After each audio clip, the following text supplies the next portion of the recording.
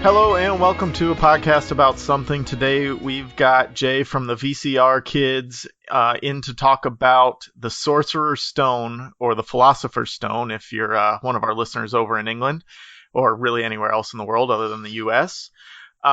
We're talking about the actual stone, not the book, but the stone within the Harry Potter universe.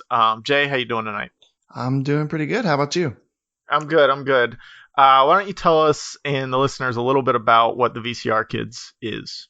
Yeah, so we're a podcast that kind of revisits movies that we grew up with. So most of them are kind of from that 80s, 90s era. But I like to think about it as the movies you haven't thought about in 20 years and kind of going back and seeing if they were actually good or if we were just kind of stupid children. I think they're all actually good. We were talking off air a little bit. I've listened to the Space Jam and the Goofy movie episodes, and on this podcast, it's known what my thoughts on Space Jam are. And you guys do not agree with me over there, and I was very saddened by that. I will say I feel like our Space Jam, my take on Space Jam is kind of similar to a lot of the movies we've done, where it's like I really liked revisiting it because it was so nostalgic and it was really fun, but like it really wasn't that good of a movie. You're wrong. It's a great movie. You have Bugs Bunny and Michael Jordan teaming up to destroy aliens that are coming to they're not going to take over our world. They just want Bugs Bunny to go perform on their. All right, maybe it doesn't hold up that great, but it's a great movie. I feel like you're proving my point here. No, I'm proving my point. Right. So as of right now, it is September. This will probably actually post in October, but in September of 2018, this is the 20th anniversary of Harry Potter and the Sorcerer's Stone. So it's only right that we talk about Harry Potter and the Sorcerer's Stone this month. Of course, love it. Before we get into actually talking about the Sorcerer's Stone, the most important question that I have is, what is your house and Patronus? All right, so I am a Ravenclaw. I'm the only like not Hufflepuff in my friend group. Wow. So yeah, it's pretty crazy. Got a lot of winners over there. Yeah. I am also a Ravenclaw, so we're in good company here. All right. And my Patronus is an adder. Ooh. Yeah, sneaky snake. Yeah, that's interesting. And you're not in Slytherin, and you have a snake. I know, right? I got my Patronus is a wild boar, and I thought that was interesting because I don't really know how that came about, but you know, JK knows her stuff, and if she tells me that I'm a wild boar, then that's what it is. I've been surprised at how strong that quiz is. Like I've kind of helped a lot of people through it, and I've not met anyone who has a repeat. Yeah. How many times have you done it personally? So the official one I've only done once myself. Okay. But I've, of course, growing up on the internet, taken all the other quizzes as they were coming out before the official one came out. Right. Pretty consistently, I would say I was a Ravenclaw most of the time. May have gotten a Slytherin here or there, but I don't think that's accurate. I think I've done the Pottermore one 3 times because like I'll go long gaps without doing it and I'll always forget, and then I'll just be like, oh, I'll use a new email and do it again. Yeah. And I think 2 out of 3 times I've gotten Ravenclaw, and the third time I got Gryffindor. And I think honestly Gryffindor is the outlier there. We've been doing a series on and off where we get one of our friends who's never seen any Harry Potter movies, and we're introducing them to him one movie at a time. And so we've been doing the quizzes with him, and it's been a while since I've taken them myself, so it's been a lot of fun to kind of revisit that aspect of it and say like, "Oh, this is my personality type." Yeah, there's I just did a reread a couple months ago, and there's a podcast that I listened to from theringer.com called Binge Mode that is going through basically. They're not going chapter by chapter, but they're doing it in like 5 chapter chunks through each book, and then once they get to the end of the book, they do the movie, and they just kind of break it down in these little 5 chapter chunks and go very deep into it. So listening to them has given me a lot of ideas of what I want to talk about on my podcast. So that's it's kind of interesting. I've been very engrossed in Harry Potter for the past 6 months, probably. Yeah. I've just been very engrossed in Harry Potter for like 20 something years. It's Well, so I started reading them. I was 10 when the first one came out in the US. 10 or 11. So I got on the bandwagon right away because that was the target demographic. Um, and then I stopped in high school. I stopped after the fifth book and didn't read them for probably 4 or 5 years, but kept up with the movies and everything like that. And then right before the sixth movie came out, I read six and seven and kind of got back into it and got excited for the sixth movie. Yeah. And then I took a break for a while and I was like, oh, Harry Potter's not that great. And then I went back to reread it. And I'm like, okay, yeah, it is. How could you? This is blasphemy. Yeah, I got really into A Song of Ice and Fire for a while, so I was like, Oh well, the world building of A Song of Ice and Fire holds up a lot better than the Harry Potter world building. Like she kind of slips in some aspects there, but we're not here to nitpick her. yeah. I never really got into the books of games. I'm deep into the show, but I've tried to reread the book or read the books going back, and I don't know, it's hard. It's hard. Yeah. It's a lot of world building and just environment build. Like every scene, it has to what food is on the table, what is every person at the table wearing, and Yeah. it's really hard. I can imagine. So I do for A Song of Ice and Fire, I did audiobooks, and Yeah. that's a little easier because it'll be on my commute, and you can kind of tune in and tune out as he's going through those long explanations, and you can speed it up to like 1.5 times, so it's going a little faster than your normal reading speed. But it's a great world to live in, and if you haven't read the books and you just watch the show, you're missing so much. Yeah. It's interesting. I think my biggest thing was I had seen the TV show so many times that reading the first two books, they're so close. I mean, there's so Yeah, many more details in the books, but the things that are in the show are like word for word from the books. yeah, And it so, really is. I didn't read it. I wasn't a fan of the books like before. I watched the show, and then it got to season five, and I just felt like I was missing a lot of information. fair enough. Yeah, I can see And that. that's when I started. I was like, all right, I'm gonna read it, but I can't start at the end. Like I've got to start at the beginning. So I just started listening to it, and now I'm hooked way more on the books, and I'm kind of like I'll watch the end of the show, but I'm not happy with it right now. But that's a story for a different podcast. Yeah. All right, so fellow Ravenclaw, did you ever do your wand? Do you know what your wand is off the top of your head? I did. Yeah. I actually have it pulled up right here Oh, in good. case you ask. I'm a Hazelwood with Phoenix Feather core, 14 and a half, brittle flexibility. So I got Furwood with Phoenix Feather, 13 3/4, and hard flexibility. So I think we're gonna get along here through this Yeah, this conversation. is, I wonder if this is like people who start podcasts have this tendency. Like, It must be either that or we're like long lost brothers or something, and we never yeah, knew. something. All right, so now we got one more thing to talk about before we get into the actual Sorcerer's Stone. Harry Potter and the world around it is filled with fan theories and just like random theories that people have. And J.K. Rowling, she addresses some of them and others she doesn't.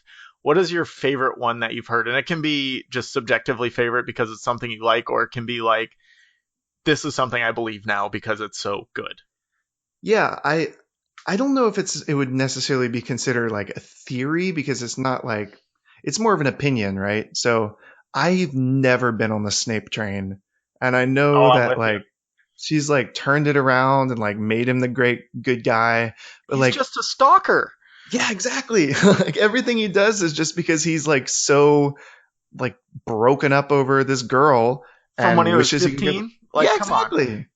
Yeah, I'm hardcore against Snape all the way. Like, he did some great stuff, but he had some pretty messed up motives. Yeah, like I'm gonna do all of this stuff because I have this unrequited love from when I was, 16 years old that I'm just gonna hold on to for the rest of my life. Yeah. I'm not buying that either. I'm with you there. So there was I went to a couple of the later book releases as I got older. And there was I want to say was it he killed Dumbledore at the end of sorry for spoilers Yeah, first off. spoilers for all of Spoiler. Harry Potter for the rest of this thing. But the whole like Dumbledore thing was that the end of the fifth book or the sixth book? I Six. always get them That was mixed up. six. Yeah. Okay, cool. So when the seventh book was coming out, I remember we went to like one of the book uh, release parties at like Barnes and Noble or something like that, Hmm. and they had all these buttons and stickers that everyone had that said like I'm Team Snape or I'm anti Snape and all this stuff. And she'd made this huge effort to turn him around into a good guy, and it irks me. That's the it's Yeah, my I'll give you that, and I'm with you. That us Ravenclaws, we think this stuff out. We know, Snape's not always cracked up to be. never trust a Slytherin. No, that I mean, when you've got the one house that is, hey, this is where the evil people go, I Yeah. can't do it. So I had two for this, but one is just kind of a silly and has been very, very disproven. And it was after the second book, I think this started making its rounds, and I wish I had heard it at the time, but I didn't. I've heard it much after the fact. Is that Ron is actually a time traveling Dumbledore because they're both redheaded, and so like the theory was that Dumbledore went back in time, befriended Harry to help him along the way, and then or no, how how does it work? No, don't old Dumbledore. Old Dumbledore like Old goes back in Dumbledore is time. Ron. Yeah. So old Dumbledore is Gotcha. Ron. Like Ron grows up to be old Dumbledore, basically. Yeah, Yeah. I don't know. Look it up. You'll find it. But basically, Ron and Dumbledore are the same person. But then we got more of Dumbledore's backstory, and there's no way that Ron is Dumbledore. But I always thought that was like very funny and like this funny way for people to think. Yeah, I'm a big fan of time travel theories. Oh, I am when they're like built into the story and they make sense, but not when you throw them in randomly and don't think about how it would actually affect time. Yeah, fair enough. And then the one that I really like and have made a point to, like, this is what goes on in my head when I revisit the books or the movie, is that Malfoy is turning into, he's a werewolf or he's turning into a werewolf. Basically, Oh yeah, uh, I have heard that one. as a punishment, Voldemort had Fenrir Greyback bite Draco Malfoy, and so that's kind of why he's so ragged in the sixth and seventh books. Is he's now going through the transformation of becoming a werewolf every month. Um, so that one's it's still out there, and there's a lot of good evidence to back it up. And that's just something like that. That's this extra layer that doesn't need to be explicit that I really like. Yeah. Yeah, And there's a lot of like little kind of little things in there that she hides that are I mean, even like we just rewatched the third movie recently, and mhm. even in that, like just all the little details that she puts in, so interesting to kind of go back and see again. Well, there's another theory out there that early on in the writing process, Snape was actually supposed to be a vampire, and you can kind of get it Mm, from the third book because Snape comes in to fill in for Lupin when he's turning into a werewolf, actually, or like yeah. he's out in the Shrieking Shack trying not to turn into a werewolf. So he covers for him in Defense Against the Dark Arts, and he assigns them to study werewolves, basically, so they figure it out, and Hermione does figure it out. But then when Lupin gets back, he assigns them chapters on vampires. So it was like his way of getting back at Snape, and it never really fully formed itself. But you can see in like the first three books how it could go that way. Yeah. And then they cast Robert Pattinson in the fourth movie, so there's a Exactly. whole circle there. He took the vampire powers from Snape and brought him over to Twilight. Yeah. We Sounds don't legit talk to about me. Twilight. Yeah, Yeah. we don't talk about Twilight here. So let's get into the Sorcerer's Stone, or the Philosopher's Stone. I'm going to call it the Philosopher's Stone because the Philosopher's Stone is actually I won't call it historical, but let's call it legendary item that is supposed to have existed at some point. The powers of the Philosopher's Stone is it can turn base metals into gold or silver. It is provides the elixir of life, can give you rejuvenation and immortality. Those are the same things that happen in Harry Potter with it. And then it has some other mentioned properties in the real world, such as creation of perpetually burning lamps, transmutation of common crystals into precious stones. So basically, just makes everything more valuable. Can revive dead plants, creation of flexible or malleable glass, and the creation of a clone or homunculus. Huh. Homunculus. That's interesting. Yeah, that's pretty much a solves all right there. Yeah, you can do anything you want with that. So like I said, it's been this central symbol in alchemy and has these mystic properties that go back thousands of years. Any efforts to discover the Philosopher's Stone are known as the Magnum Opus, which I think there have been other movies and literature on that. I didn't do too much research into that. I was just researching the Philosopher's Stone, so this is what I've got. We can find mentions of the Philosopher's Stone as far back as 300 AD, and some even claim that its history goes back to Adam from Adam and Eve. Yeah, it's pretty interesting. I remember kind of before getting into Harry Potter stuff, I was very interested in like mythology and stuff like that growing Mm-hmm. up and like Dark Ages stuff. And I'd known about the Philosopher's Stone uh, just from like stories of, but I'd only ever heard about it turning metals into gold. So Harry Oh, it Potter does was kind of way my, more. yeah. Yeah, that was kind of my first introduction to like the kind of magnitude of all the potential cool things you could do with it. Yeah, it's cool. Yeah, I had no idea. I learned this probably a few months ago that it's based on a we'll call it historical item. I thought it was just something that was made up like most of the other stuff in Harry Potter, but that's kind of cool that they brought. And I think I read that she did that on purpose. She wanted to kind of base it on something that was real to kind of grab those people who are fantasy story lovers that would have heard of it before. That's a good way to grab them and get them to read your story. Yeah, for sure. Have you seen the symbol for it? The like the alchemy symbol? Yes, it looks very much like the Deathly Hallows. Yeah, yeah.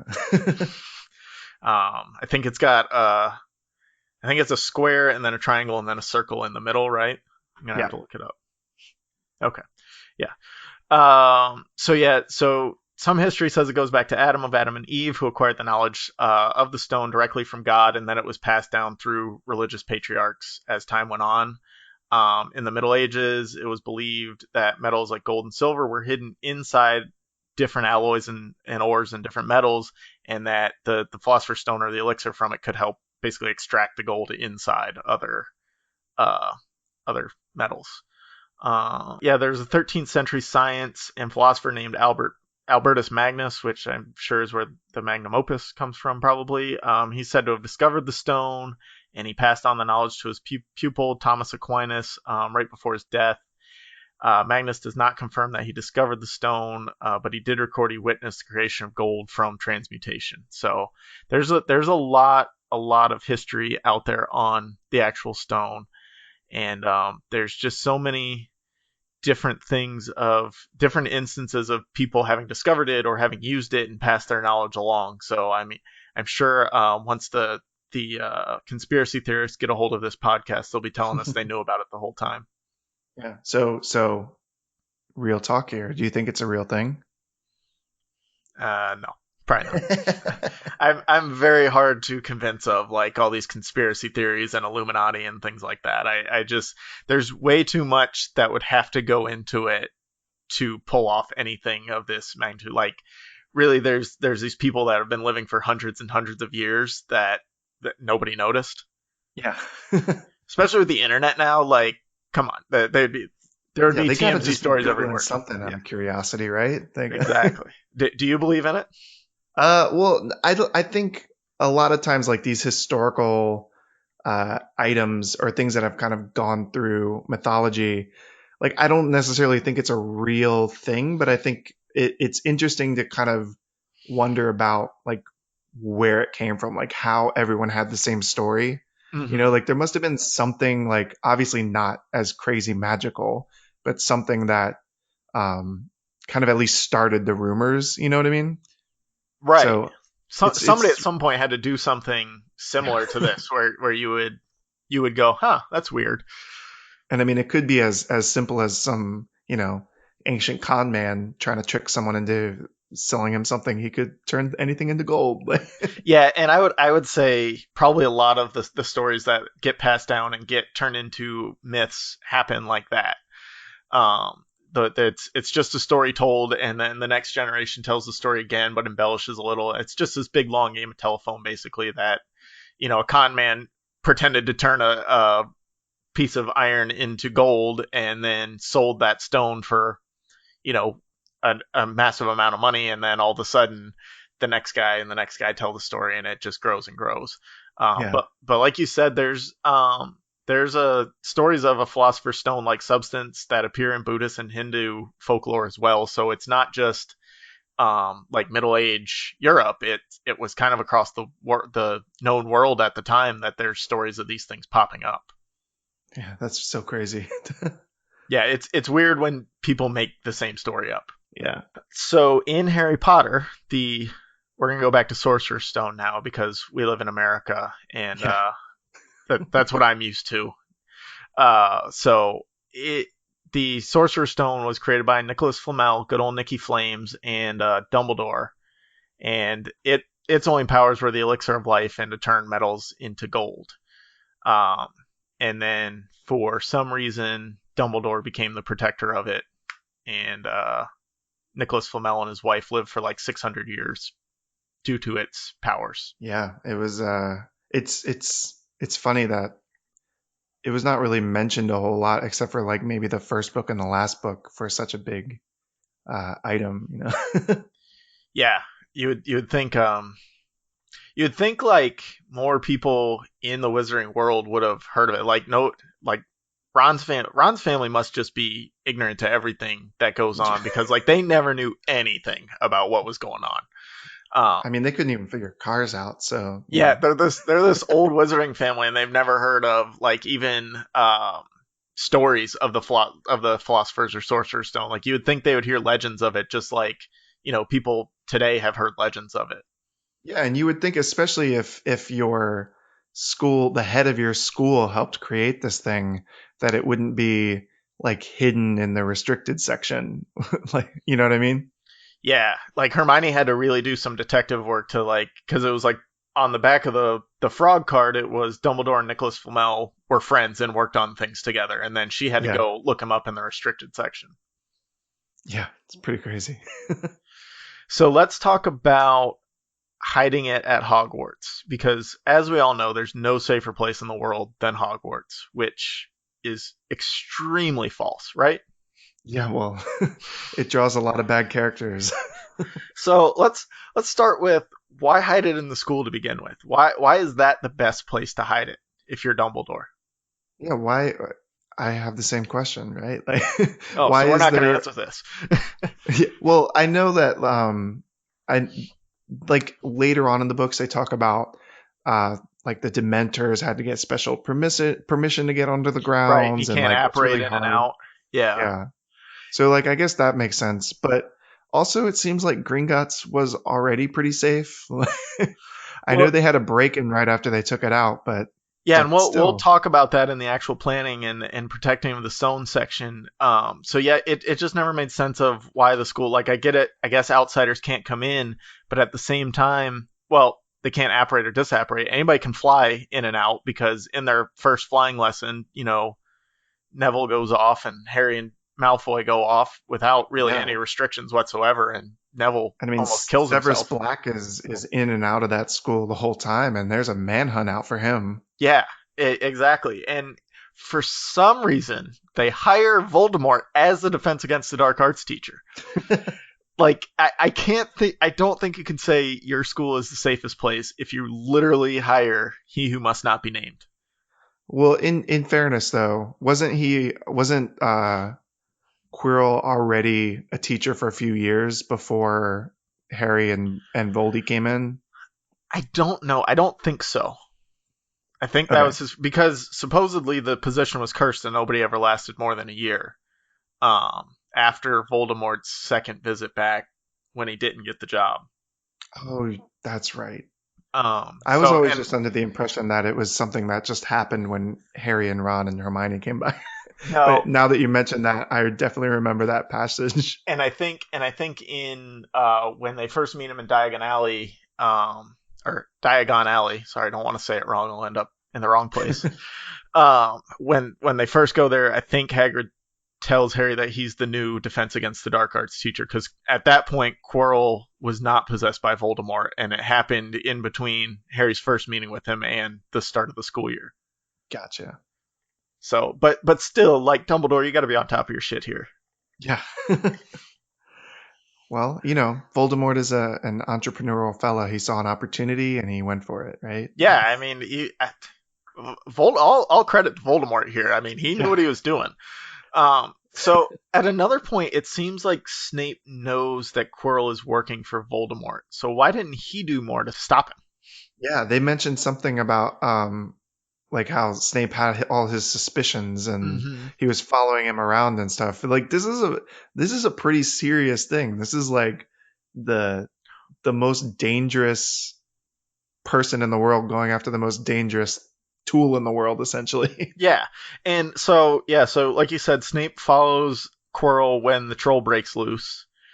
He follows him down to the third floor corridor or whatever, where Fluffy is, and then after one of the Quidditch matches, Harry flies over and sees Snape and Quirrell talking in the Forbidden Forest, and Snape like literally asks him he needs to figure out where his allegiances lie. Yeah. And so like, all right, you know he's working for. You might not know that Voldemort's on the back of his head, but you know he's working for him. So like, maybe up your game a little bit on the protection. Well, and I'm loathed to do this based on our previous discussion of Snape, but you know, a little bit of credit to Snape in that he might have, you know, not realized it was a Voldemort connection. He might have just thought he was a new guy who was trying to get the stone and like sell it or something like that. Yeah, and you know what, he might mention that too. He might say like he thought he was trying to get it for himself to just use it or Yeah. sell it or whatever. So all right, I'll give Snape a little slack It there, but it hurts Dumbledore it hurts to still. say that, but Yeah, Dumbledore still should have been on his game here with noticing that the Dark Lord is literally in your school every day. yeah, I think early Dumbledore was not as on the ball in the books as he was later on for sure. Yeah, he's made some questionable choices. So let's talk about those questionable choices in the whole plan behind hiding and protecting the stone. So for it's in Gringotts, and Dumbledore at one point says he had a feeling that there was going to be a break-in, so he gets Hagrid to move it, and um, so he moves the stone. But why not just like warn Gringotts, hey, somebody's going to break in, be on extra alert? Yeah. Move the stone 2 cells over and Yeah, see what happens. because Quirrell or whoever broke in went straight to that shit, what do they call it? The vault. They went right to that vault. And then they were just like, all right, cool, it's not here, and left. Like they didn't look around or anything. Yeah. So yeah, that's questionable. Just get a different vault or put the dragon right in front of that vault. Like do something. You can do something to keep it at Gringotts. Yeah. You don't need. Also, isn't Dumbledore known like wizarding worldwide as one of the most powerful wizards? Like, if he tells you something, you should probably listen to him. If he Yeah, says move it to a new vault, maybe you should do it. exactly. Yeah, Dumbledore knows what he's talking about. I would think, and other wizards would also think that Dumbledore would know what he's talking about. Um, so then Hagrid picks it up, and let's just say, how about we don't trust Hagrid with secrets anymore? He's not good with them. Not a single secret he knows. Do we not also know? he he tells Harry about the stone. He tells Quirrell and Harry both about Fluffy and how to defeat him. Like, come on, Dumbledore. Like, you can keep Hagrid on your side because he's a good dude, but like, let's not put all our trust in him. You can Yeah, get somebody he's else to clean out that vault. I think. yeah. Send McGonagall in inner cat form. She'll get it. Yeah, send Snape when Exactly. Snape's not on the ball. He needed more to do in that first book other than being evil Yeah, he looking. was clearly bored as a potions teacher, right? So So okay, so then they found out somebody was after it. The troll gets released, but it's hidden in the mirror, and the mirror is very easily stumbled upon by Harry and Ron several times. So like, why is the mirror just sitting in this abandoned classroom? yeah, was it? So here's a question I have because it's been a little bit since I've revisited the first book. Was the mirror in the? It was later on that it was in the room of requirement, right? It wasn't in this Yes. section. Okay. Yeah, it was. No, it was just in a random like abandoned classroom, and then um, one of the later books, when Harry tries to hide something, I think he stumbles across it, and he Yeah, just that like kind of sounds. sees it and moves on. Yeah. Um, Um, yeah. Just come on, guys. It's so lazy. Like everything could have been stopped in this book. oh, absolutely. Like this plan is not good, not good at all. And we're gonna keep. There's more. Like this isn't even the tip of the iceberg with how bad this plan is. Yeah. So I will say that Dumbledore at least did not know that the room of requirement existed at this point because in the fourth book, I believe, he says he was wandering around looking and he had to use the bathroom really bad, and then all of a sudden one appeared in front of him, and that was the first time he Yeah. found the room of requirement. Which Dumbledore, you've been there for 20 years. You got to figure some of this stuff out. You don't know where the Chamber of Secrets is. You don't know where the room of requirement is. Meanwhile, Fred and George have a map to everything, absolutely, and you can't figure this stuff out. Have you seen the web comics of basically Dumb Dumbledore? Like No, where oh my gosh. you're gonna I'll have to have to send me send a you a link. link for Yeah, this. because I would love that. Because he's dumb in Yeah. certain situations. I Um, think it's not so much that he's dumb. The character in the web comics is just very like doesn't like IDGAF like yeah, he's very aloof. Yeah, yeah. which I mean, he gives that off in the actual books a lot too. Of like, whatever, we'll see how it plays out. Yeah. Oh, I'll give you some candy. Harry's almost dead. We'll see how this goes. So, and then it's the night of the break-in, let's call it, the night of everything goes down. Dumbledore gets called away by the Minister of Magic and just leaves, knowing that people are after the stone, or at least one person is after the stone. He's just like, all Yeah. right, I'm out of here. I Yeah. Whatever Corny Fudge needs, I'll be there. It, Yeah, it's so crazy. like if you're tasked with protecting the stone, you got to be there, and you're gonna put it in your school because there's no safer place than your school. You got to be there, man. I've never this is very eye-opening for me. This is a You've a never discussion gone that through the actual plan and broken it down and seen how terrible it is. yeah, exactly. So then, so Harry and Ron and Hermione try to go to Dumbledore. He's gone, obviously, but they're talking to McGonagall, and they try and tell her someone's after the stone, and she's just like, nah, it's fine. And I think they Yeah. try and tell Flitwick too, and they're both just like, nah, it's cool. We all protected it.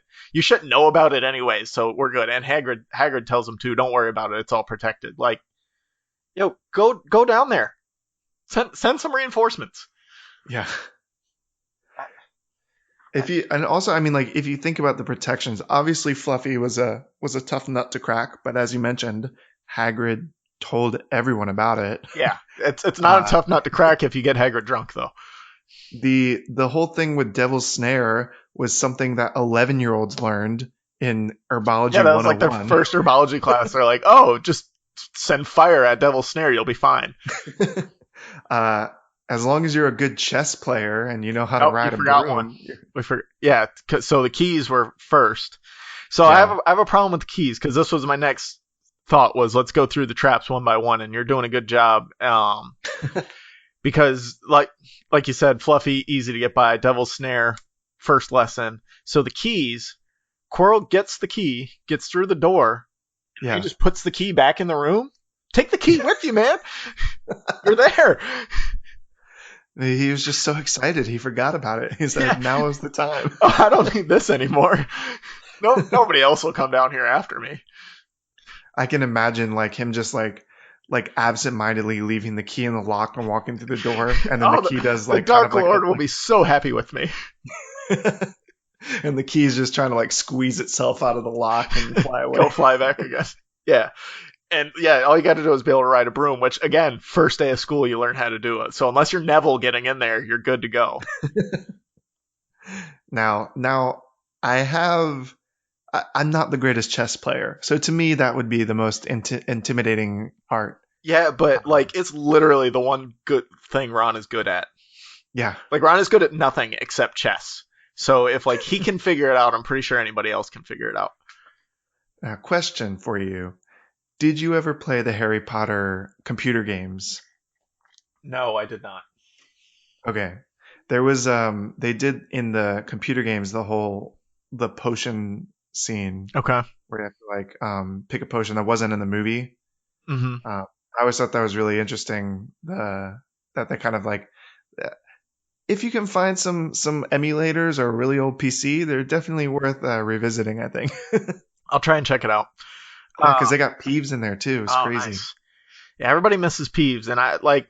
So I've, Peeves is his legend has grown as the years have gone on, and he wasn't in any of the movies. And I was like, I didn't really remember him that much, but I read the first few books when I was less than 14 years old, so it was like, all right, Yeah. my recollection of it is not that great. So then on my second read through, I'm like, all right, I kind of get it, but like he's also really not that important. Like any of the stuff he does, you can have Fred and George do for the most part, and that's what the movies did. So I'm not on the let's make sure Peeves is in the movies bandwagon. Yeah. Fair enough.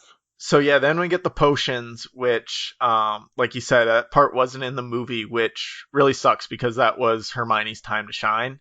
And I've got a few nits to pick here too, because Coral, why don't you just drink the whole potion?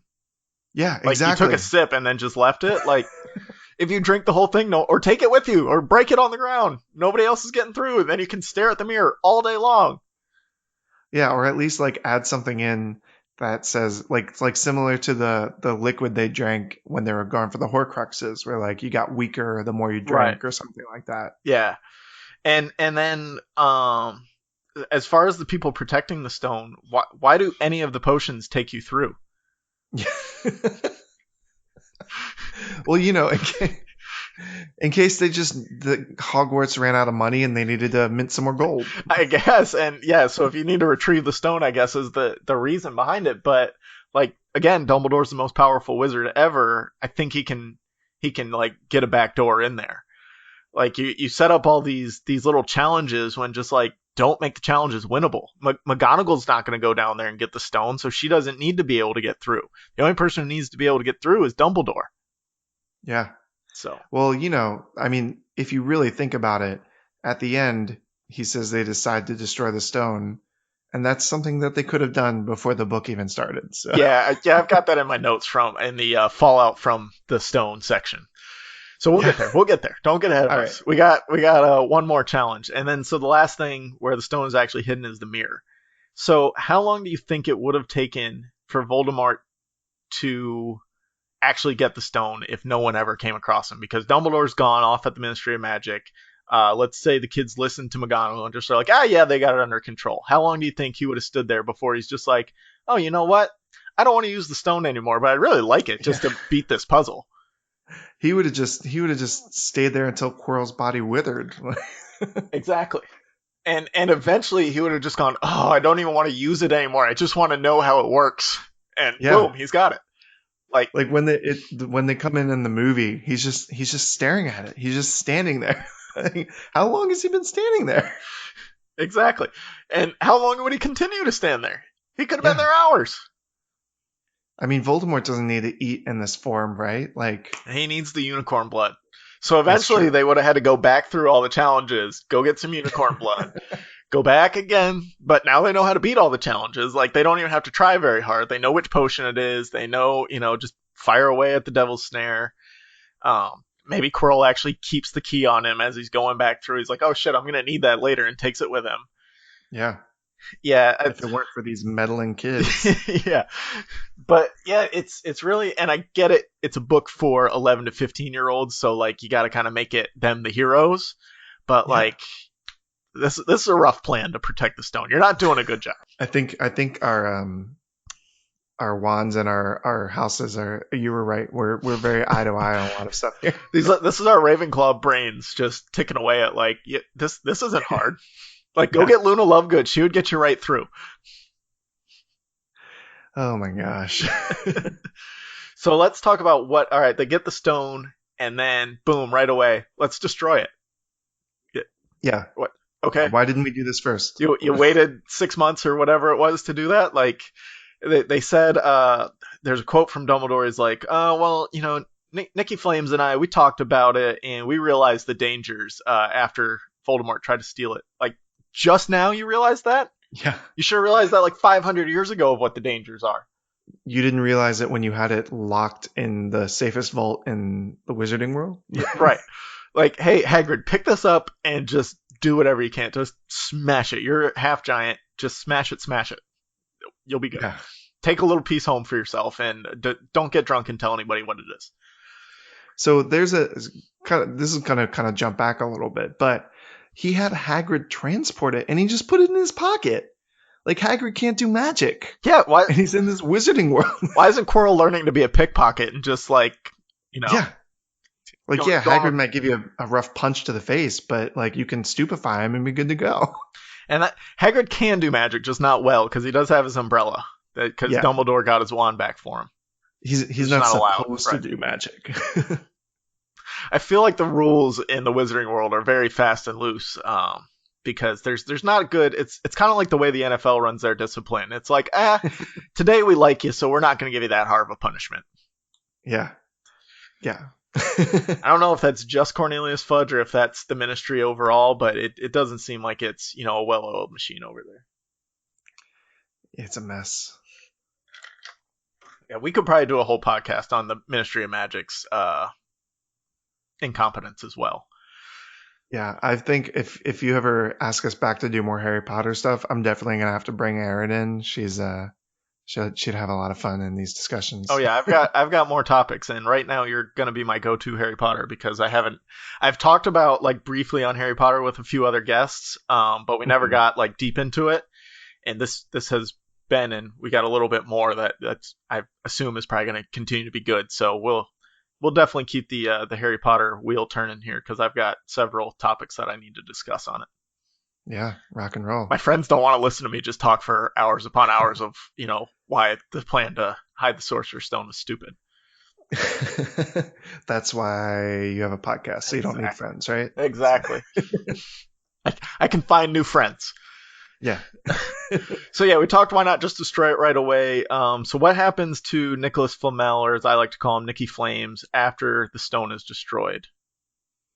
I mean, he's just gonna wither away. Yeah, they say him and his wife they had enough elixir to get their affairs in order. So, like, you're 690 years old or something like that. How? At that point, like, how often are you drinking this elixir? Well, and what are your affairs that you need to get in order? How many like levels of grandchildren do you have, and have you been giving them all elixir? Like, is your child 650? Like, Yeah. I don't know. Maybe they didn't have any children. But then what affair? I need to find out what Nicholas It takes a Flamel's really long time to write a will for all the metal you've turned into gold. right, because he's just basically going to bankrupt England at this point because all of this gold is going to go into circulation because he's just been racking it up and he doesn't have anything to spend. He's 690. What's he doing for fun? Yeah. He's just hanging out with his wife, reading move-in newspapers. Yeah, that would be some life, being 690 in the wizarding world and having all of the money in the world. Yeah. I don't know what I would do. I'd open a joke shop with the Weasley twins, I think. You start paying your house elves. Yeah, or all of the house elves. Like, yeah, all right, Dumbledore. You got this thing that can turn any metal into gold. Let's pay these house elves that are working at Hogwarts. Yeah. Hermione, let's get Spew back up and running. Come on. So the last point I had here on what happened from the stone. So basically, destroying the stone set off the events that take place in the next 6 books. Because if Voldemort would have gotten the stone, he wouldn't have needed to go after Horcruxes. But now that there's no stone, he's Horcruxes are his A1 go-to. I need to get back to life here. Yeah. Well, so yeah. I've always been a little bit confused about that because the Horcruxes are essentially like his soul, right? But he's found some way to manifest himself physically in Quirrell. So the way I think it works, and this is just me talking out of my ass mostly, is because he had the fragments of his soul left behind, he couldn't actually physically die. So when his killing curse rebounded, he just turned into this like spirit thing that then later, and he just floated around like that for 10 years until he found Quirrell to share his body. Yeah. But then he was able to. So again, this is kind of jumping ahead in the book Yeah, that's fine. series, but he's in the fourth one when he gets his body back. He does it by like this whole ritual with Harry's blood and all this stuff. And I just always assumed, kind of looking back, that I mean, it worked because Harry had killed Voldemort and all this stuff, but also Harry was a Horcrux, right? So, Mm-hmm. and spoilers, but so I don't know. I mean, I think, wouldn't he still have needed something with the Sorcerer's Stone to, because wouldn't he have just been stuck on the back of Quirrell's head the whole time forever? Um, I, his plan was probably to take over Quirrell's body, would be my assumption. Yeah, fair enough. Um, and That weak little boy. well, yeah, but he's magic. He can figure out how to make himself stronger. Yeah. Um, and then so I think with what happened in Goblet of Fire is he said he stumbled upon that old magic with the help of Wormtail at some point. Like he had forgotten about it, or he didn't know it existed, and he stumbled upon it as a way to resurrect himself, basically. But he needed the bone from his father and the blood from Harry and Yeah. uh, Wormtail's hand. So that gave him a body, but he didn't. In the first book, he didn't know that magic existed, basically. Yeah.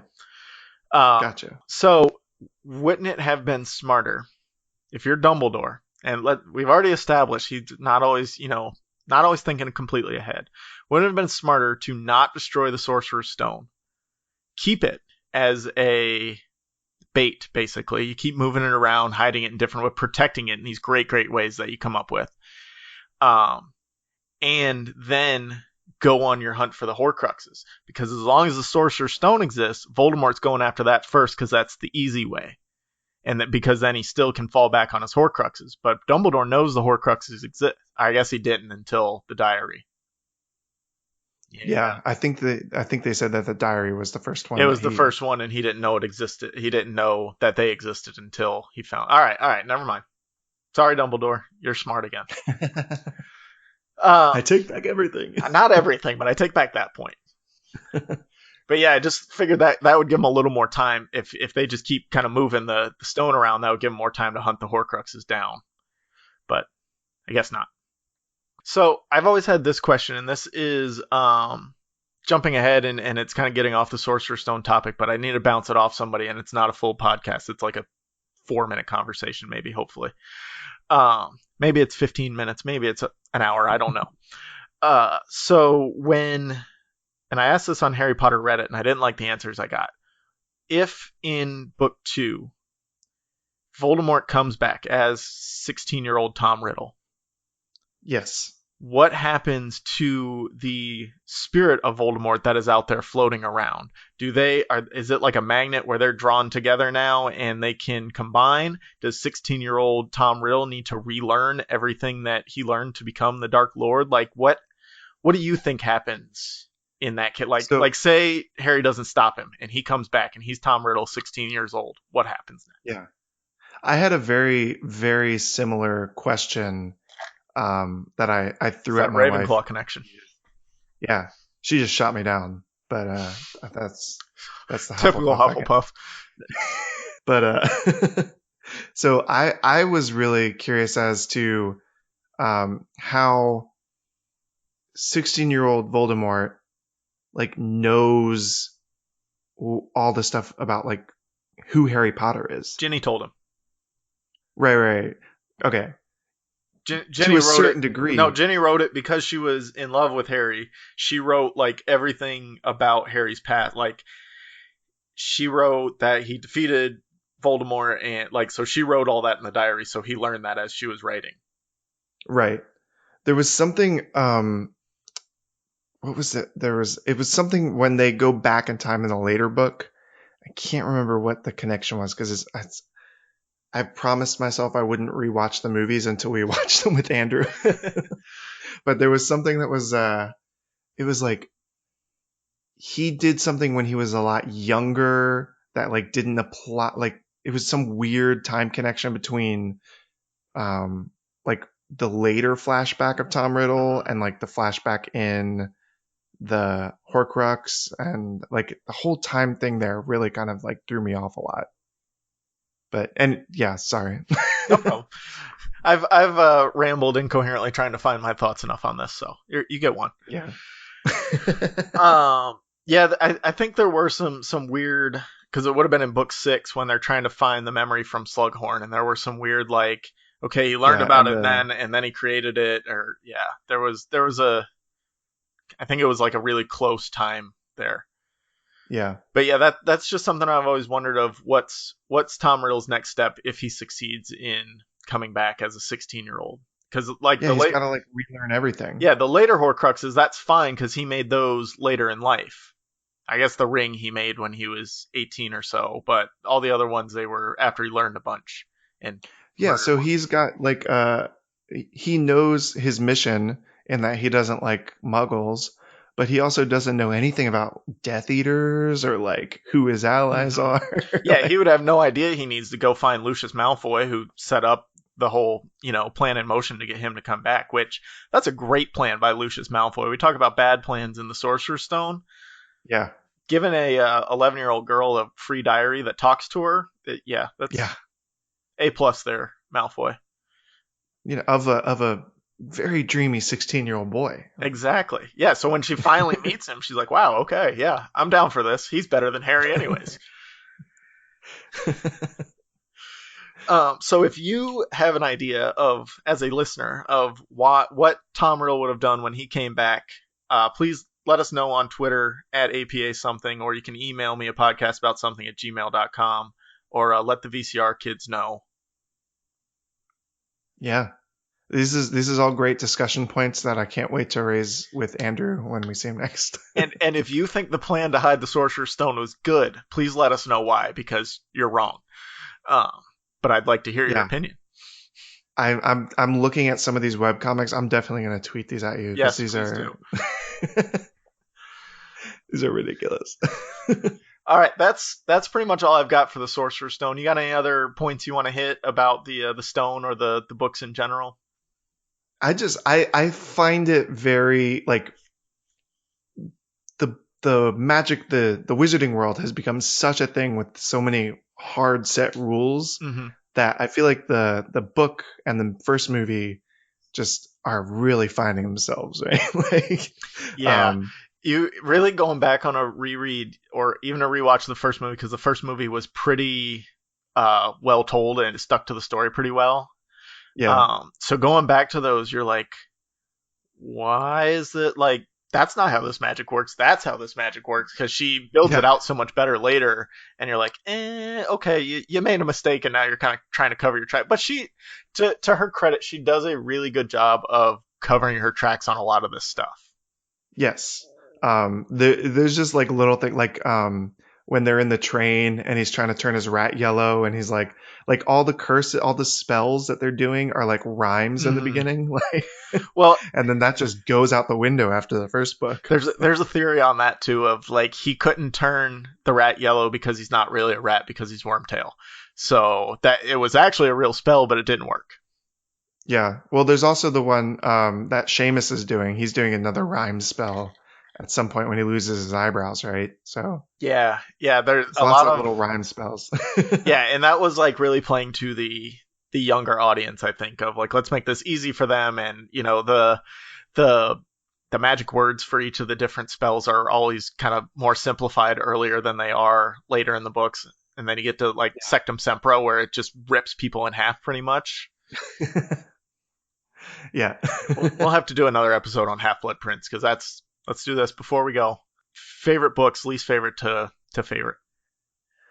Okay, books. Gosh. Movies don't count. Um, yeah, I never was a big fan of the fourth one. Um, the fourth one I think is probably my least favorite. When was the last time you Just read it? too. It's been a while. Well, maybe like a couple years Okay. ago. All right. There's just like too much teenage angst in it, too much like Cho Chang should it, will he, won't he kind of Yeah, thing. I got that. Um, I loved the fifth one when it came out because that was the first one where I was like, "Oh boy, this is dark. Like this is Yeah, getting intense." Um, and I think probably I would say probably the sixth one was probably my favorite. yeah, So I guess in order it would be like four, uh, maybe like two, one, three, five, seven, six. that's a good order. So I was with you on Goblet of Fire until I listened to the other podcast I talked about earlier, Binge Mode. When they broke it down chapter by chapter, it made a lot more, like there's so much foreshadowing and world building set within the beginning of that book, and then the end of Oh that book yeah, when he gets to the graveyard. That's probably one of the best like 4 chapter stretches of the whole series. But there is a lot of like in the middle, it's really weighed down with like the Yule Ball and yeah. Like I don't care him about figure Crumb yeah, and Fleur and him figuring out the clues and all that stuff. So I was always with you on 4, but I'm a little higher on it now having listened to them. So my order is probably like 2, 1, 4, 5, 7, 3, 6. Prisoner of Azkaban was always my favorite until I read Half Blood Prince, and Half Blood Prince is by far the best book. But then Prisoner of Azkaban always holds like that special place of this was my favorite, and like I didn't ever reread books when I was a kid, but that was one that I would have if I didn't have to read the yeah. first 2 before it. I think when I was a kid, when I got to the third one, I wasn't. It's so different than like all the rest of them. Yeah, it took a Um, really good turn. yeah, it's also the one where you don't like see Voldemort at all. Um, like all the Voldemort stuff is like adjacent to Hmm. the story that's happening. So I think like when I was younger, I was like kind of like, oh man, we've been building up to all this Voldemort stuff, and then we got to hear about his godfather. I don't care about that. Like, Yeah, I could um, get that, but like it was really well done, and the relationship with Lupin was really well built, and like yeah, Lupin's my favorite Defense Against the Dark Arts teacher, which I mean that's not much of a stretch because he was the only competent one, or at least not the Dark Lord. yeah. Lupin was one of my favorite characters in the book in general. I Hmm. think books plural. Yeah, Snape is not. Yeah. Um, yeah, so I had one more thing because we started talking about Prisoner of Azkaban. I had one more thing I wanted to mention while we were talking about the traps. If Professor Trelawney existed in book 1, what would her trap have been? I mean, it would have had to be something about like a crystal ball, right? Like you can only go through if you see your horrible death in it or something. Like, Exactly. Yeah. So I think I read that on Reddit a couple days ago, and I really wanted to make sure I mentioned it because I thought it was really funny. And all the answers on Reddit were really funny as well because it was all like you have to predict 3 people's deaths before you can move on, or yeah, just something like that. Because it couldn't just be like gaze at the stars and figure out what they're saying. It would be like you have to make sure 3 people die in your prediction at least. it'd be like it'd just be her down there, and she'd be like, "Okay, now tell me how I die." Here's some leaves, here's a crystal ball, and there are the stars. Figure out which one gives me the most horrific death and tell me what it is. Yeah, it'd just be totally subjective. Yeah, that's good enough. Okay. Burning in a vial of acid, that's good. Yeah, you can go. Oh no, just flames? Nah, that's not good enough. You can't get through. Sorry. Yeah. Sorry, I'm never gonna drown. I swim amazingly. I was a triathlete back in my day. Not going to happen. All right, so that's all we've got for the Sorcerer's Stone. We'll definitely have the guys from the VCR Kids back for more Harry Potter topics in the future. You guys want to give some plugs for your podcast, Twitter, anything like that before we go?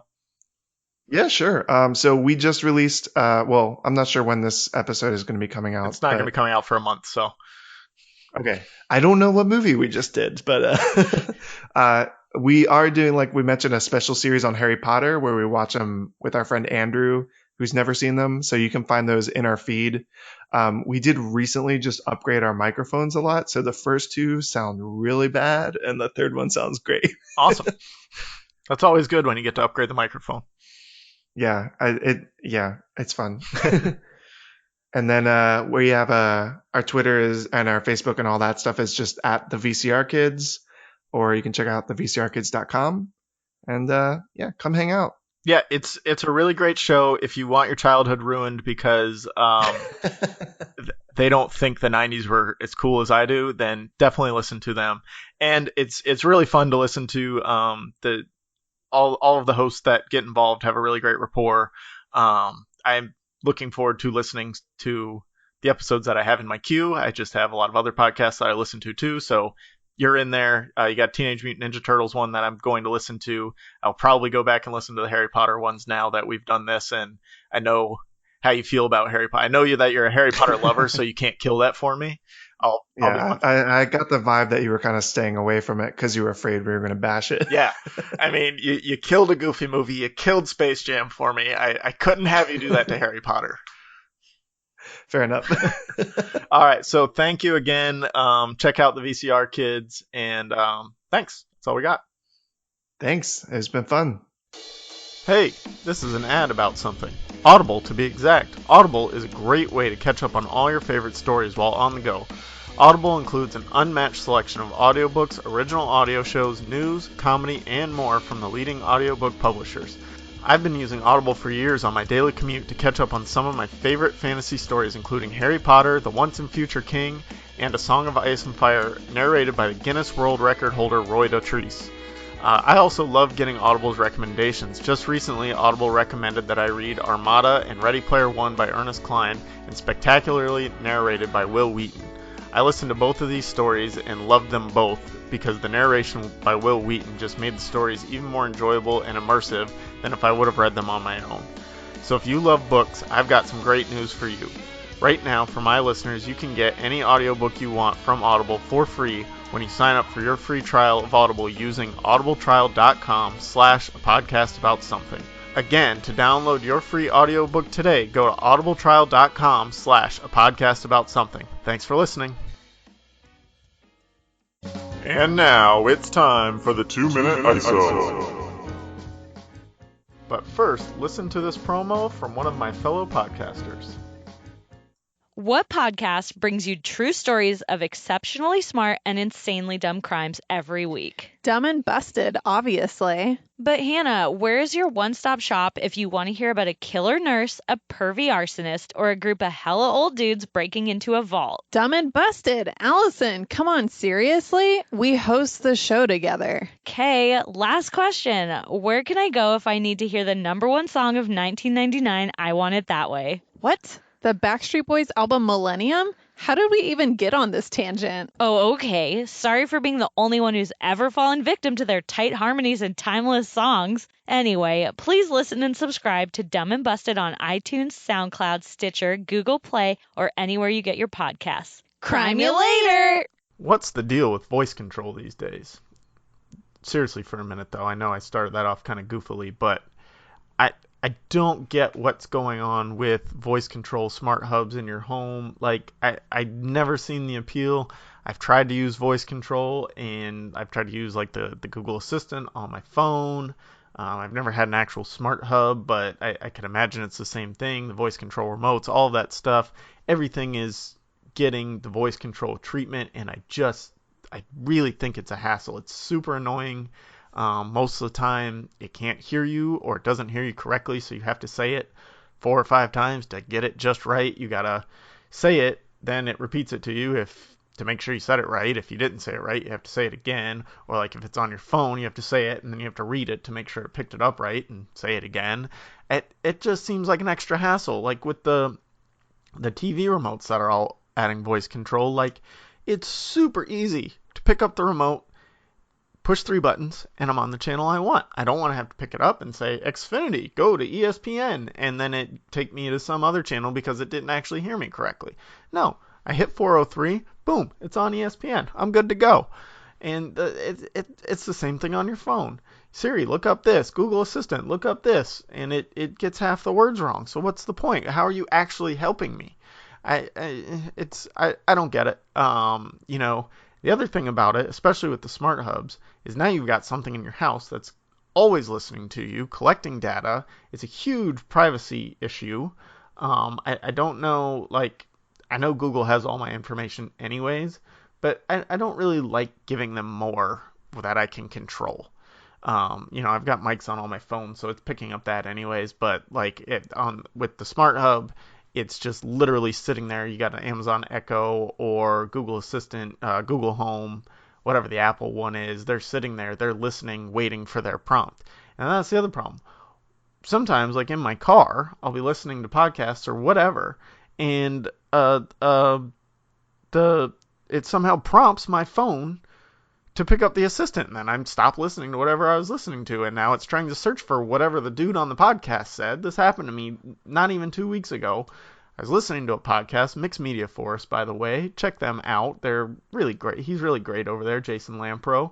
But check him out. I was listening to him, though, and somehow he triggered my Google Assistant while I was talking, so then it cuts him off in the middle of whatever he's saying, and it tries to search for whatever he just said. I don't want to search for whatever he said. I just want to listen to what he has to say about it. I don't get it. I don't think I've ever seen one in somebody's home where it's working properly. I've seen them, and I've seen the people yelling across the room, trying to get a hold of it, trying to get what they're trying to do, and then eventually they just walk over to their phone and push the buttons anyways, because every one of them you have to have an app to back it up anyways. So if it's not working or if it needs an update, you run the app and it connects via Bluetooth or Wi-Fi, and you do all that. So usually it consists of the person yelling across the room 3 times, the thing not picking it up, and then them going, grabbing their phone, and punching in whatever they wanted anyways. Listen to Eminem. It doesn't work. It tries to research M&Ms instead. No, I want to listen to Eminem. Still doesn't work. So then they just go over, they push play on their phone. Way easier that way, I would think, just to start off grabbing your phone and doing that. I will give them credit. The one redeeming feature that I found, at least on Google Assistant, and I think Siri has this feature as well. I don't know. I'm not an Apple user. But like when I'm listening to a song and I have no idea what it is, I can turn on Google Assistant and it will listen to the song and tell me what it is. It'll take me to the Wikipedia page, or it'll take me to the Google Play Store to try and buy the song usually. But it gets me where I need to go. It tells me what the song is and who sings it.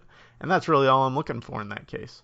That's my whole spiel on Smart Hub's voice control. If you have them and you've had success with them, please let me know. Give me feedback. And if you got any other feedback, hit me on Twitter at APA something, or you can send an email to a podcast about something at gmail.com. And if you like the show and want to support us, visit our Patreon, patreon.com / a podcast about something, and feel free to donate whatever you feel is necessary to keep this show going. I really enjoy doing the show every week. I like getting to talk to the different guests and, meeting new people this way, and just learning new things a lot through the show. So it would be great if you guys would support me by visiting the Patreon so I can keep it going. That's all I've got for today. Be sure to catch Podcast About Football on Thursday, and stay classy.